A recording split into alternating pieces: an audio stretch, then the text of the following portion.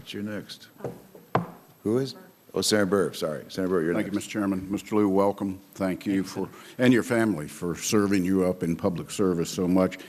If I might, Senator, just apologize. My wife has a class to teach in New York this afternoon, so she had to run to catch a train. That's quite all right. I want you to know that my family's differences with Alexander Hamilton do not extend to other secretaries of the Treasury. Well, I appreciate that, and I'm not going to Weehawken. You said in your testimony that we can't let sequestration take effect. In Bob Woodard's book, The Price of Politics, Woodard credits you with originating the plan for sequestration. Was he right or wrong? Well, Senator, it's a little more complicated than that, and even in his account, it was a little more complicated than that. We were in a negotiation where failure would have meant the default of the government of the United States. And I hate to speed it up. Did you make the suggestion? Well, what I did was said that with all other options closed, we needed to look for an option where we could agree on how to resolve our differences. And we went back to the 1984 plan that Senator Graham and Senator Rudman worked on and said that that would be a basis for having a consequence that would be so unacceptable to everyone that we'd be able to get action. So is it unfair that the President says the blame is on House Republicans?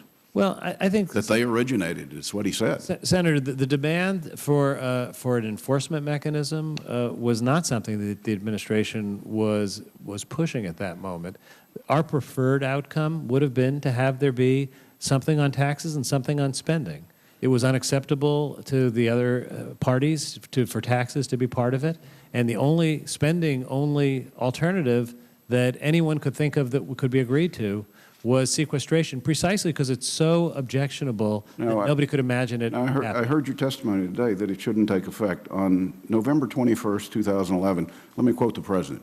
Already some in Congress are trying to undo these automatic spending cuts. My message is simple. No. I'll veto any effort to get rid of these automatic spending cuts to domestic and defense spending. There will be no easy off-ramps on this one. What's changed?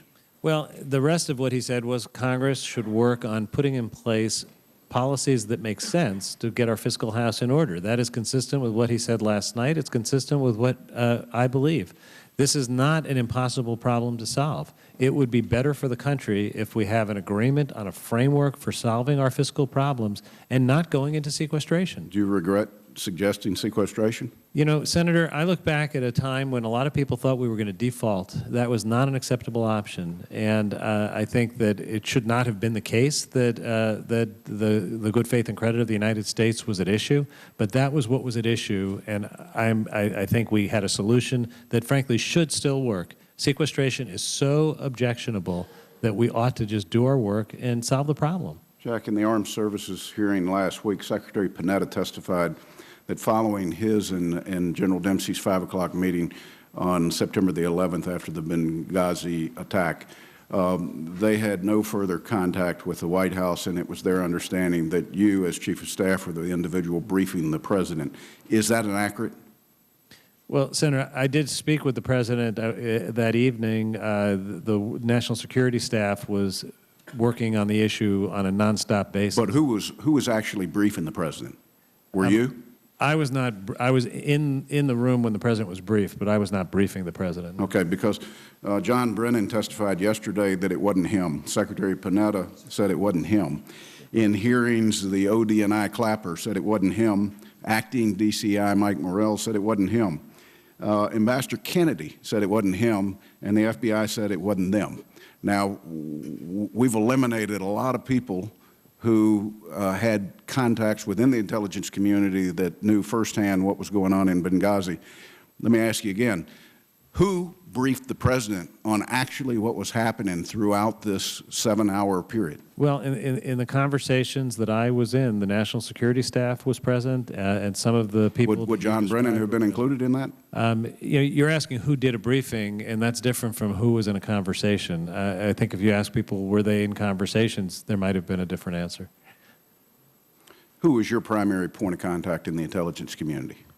As Chief of Staff, I didn't usually reach out directly to the intelligence community. I worked through the National Security Staff. Was there anybody from the intelligence community in that that briefing session on a continual basis, to your knowledge? The intelligence community was in close touch with the White House, with the national security team on a near constant basis. Last question.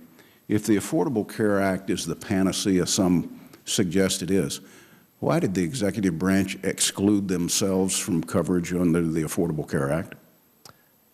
Senator, Congress is included, staff's included, members are included, but nobody in the executive branch is included under the Affordable Care Act.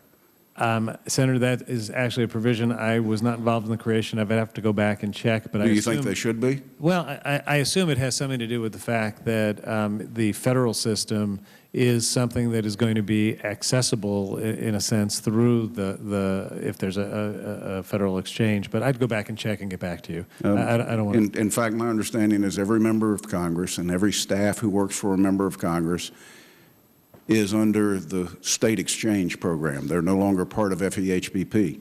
My point is simple. If it's that good, why would we not make all branches? Yeah, Senator, that's a detail that I'm just not familiar with. I'd have to go back and check and get back to you. Great. Thank you. Thank you. Thank you, Mr. Chairman. Thank you, Senator. Senator Robertson. We'll get back to you. That's the song I hear from an awful lot of people in the regulatory